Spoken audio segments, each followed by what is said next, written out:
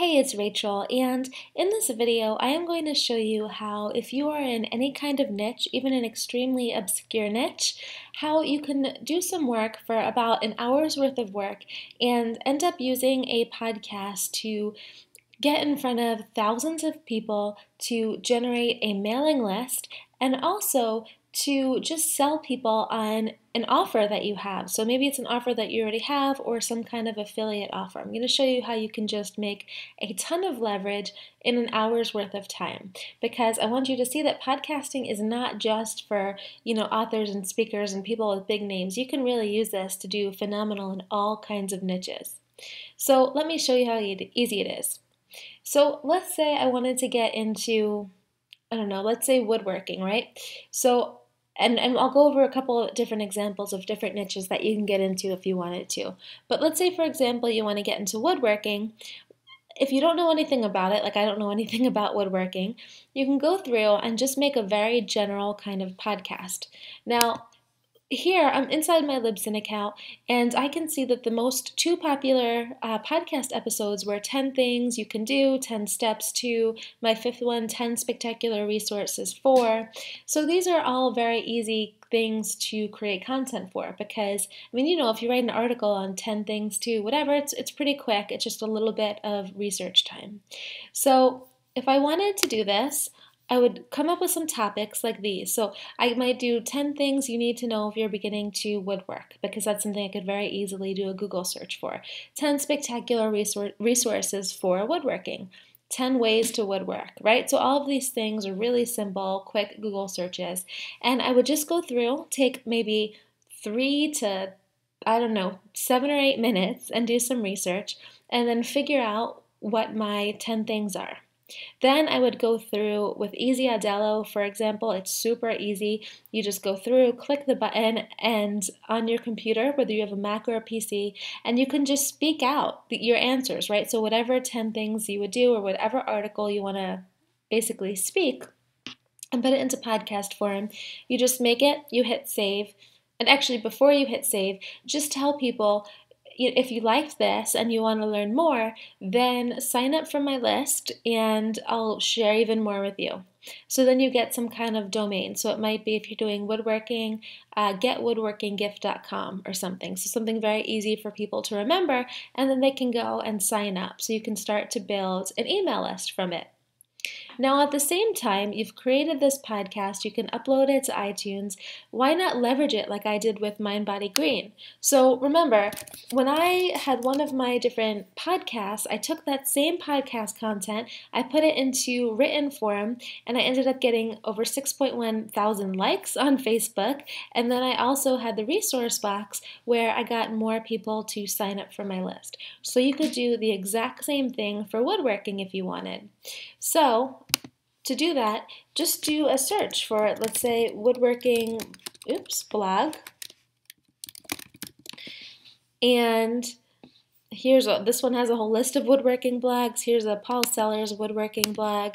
So I would just go through and contact the people that have woodworking blogs and offer to do a guest blog post.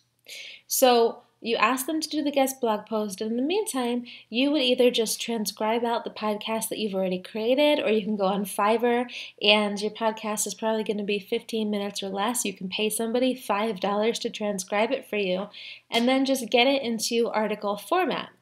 So once you get into article format, you can clean it up a little bit, and now you have an awesome guest blog post for a woodworking or whatever niche blog that you're in. And it works because, I said I've done it. So then in your resource box, because you're going to be able to have some kind of a box just like this one, get rid of this, some kind of box just like this one where people can go through and sign up for your website.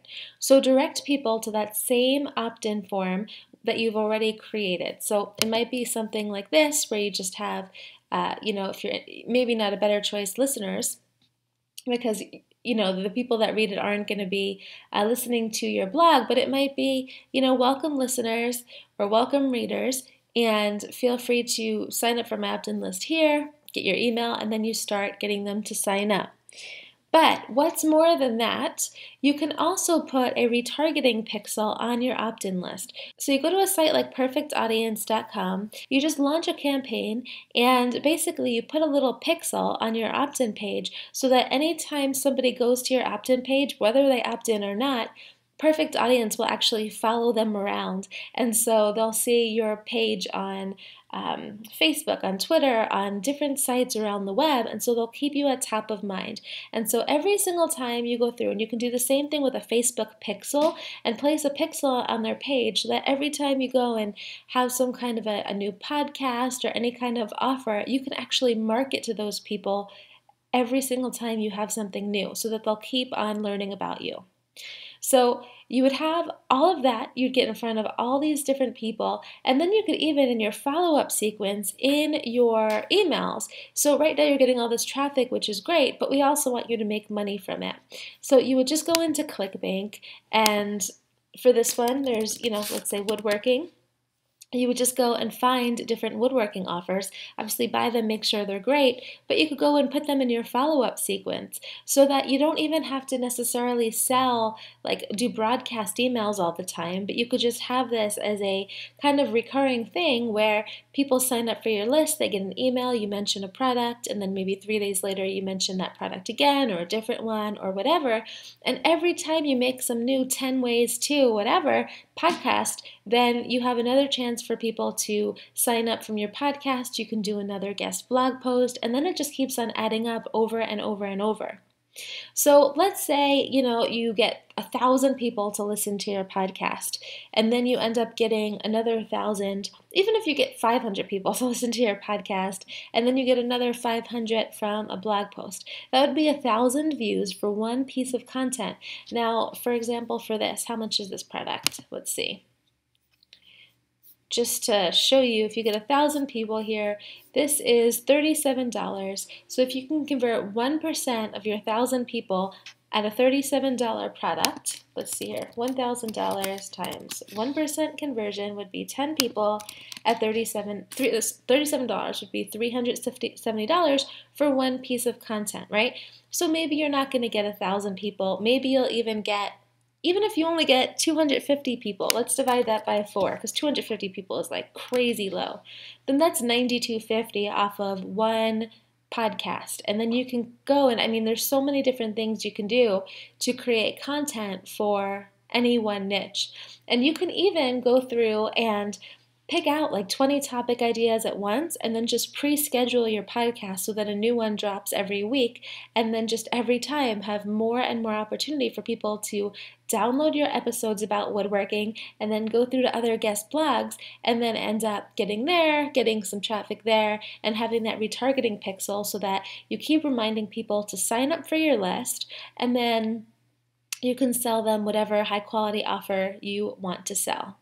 So it's really simple. Let's say you want to do this for knitting, right? So you would go to knitting blog, and then you would just go through and contact any of these people. So and remember, this says top 10 knitting blogs. The last one said, here's a short list of some of the best woodworking blogs too. So if you can find a list like this or like the knitting one, then you know that you can just contact the blogs in here that are already high quality, that people really like, and request to do some guest blog posts there.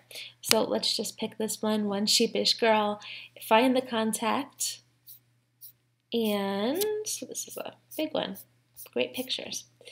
So you would just go through, find the contact button, let's see if it's in about.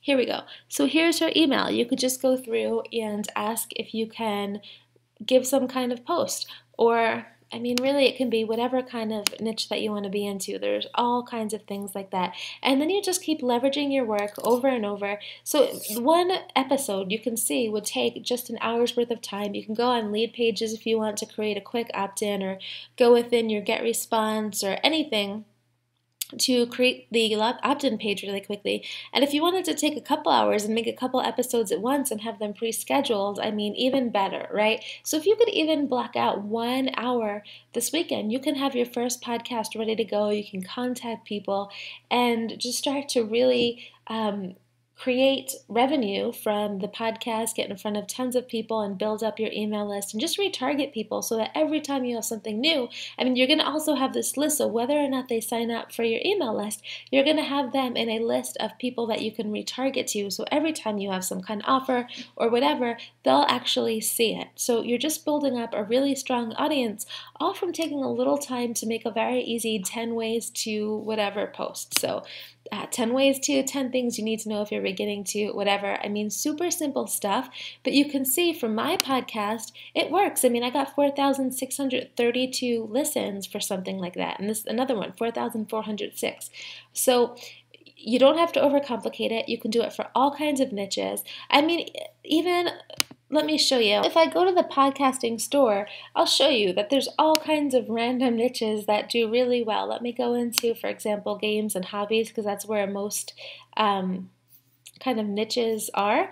But we'll just go over here to top podcasts, and I've showed you if you saw my other video, but we have like Nintendo Voice Chat, we have knitting, knit.fm, car stuff, Dungeons and Dragons, a woodworking one right here, another woodworking, so 2 woodworking podcasts are doing great, beer brewing, Magic the Gathering, I mean, all kinds of funny things. Here's another knitting one. I'm trying to think what are some other random, oh, another brewing and another woodworking. What are some other podcasts that are random? Let me think here.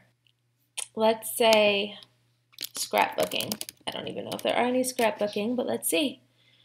Scrapbooking, yes, you can see scrapcast.com, scrapbooking videos, Scrapcast, simple scrapbooking. So, I mean, these are pretty random niches that you can get into and create different podcasts for. So, I mean, there's all kinds of things you can do. The sky's the limit for you to be able to get in front of tons and tons of people and build up that email list and start getting going with whatever niche you want to go to. So hopefully this opened your eyes to just some ideas that you could do, and hope this helps. And if you have not yet purchased Podcast Prodigy, then that it will explain even more for you for how you can get even more traffic if you want, how you can get that podcast started and ready to go. It's very simple. You could lay out your entire foundation by the end of tomorrow, really. So, all right, hope this helps. Purchase below if you want to get your hands on Podcast Prodigy, and talk to you later.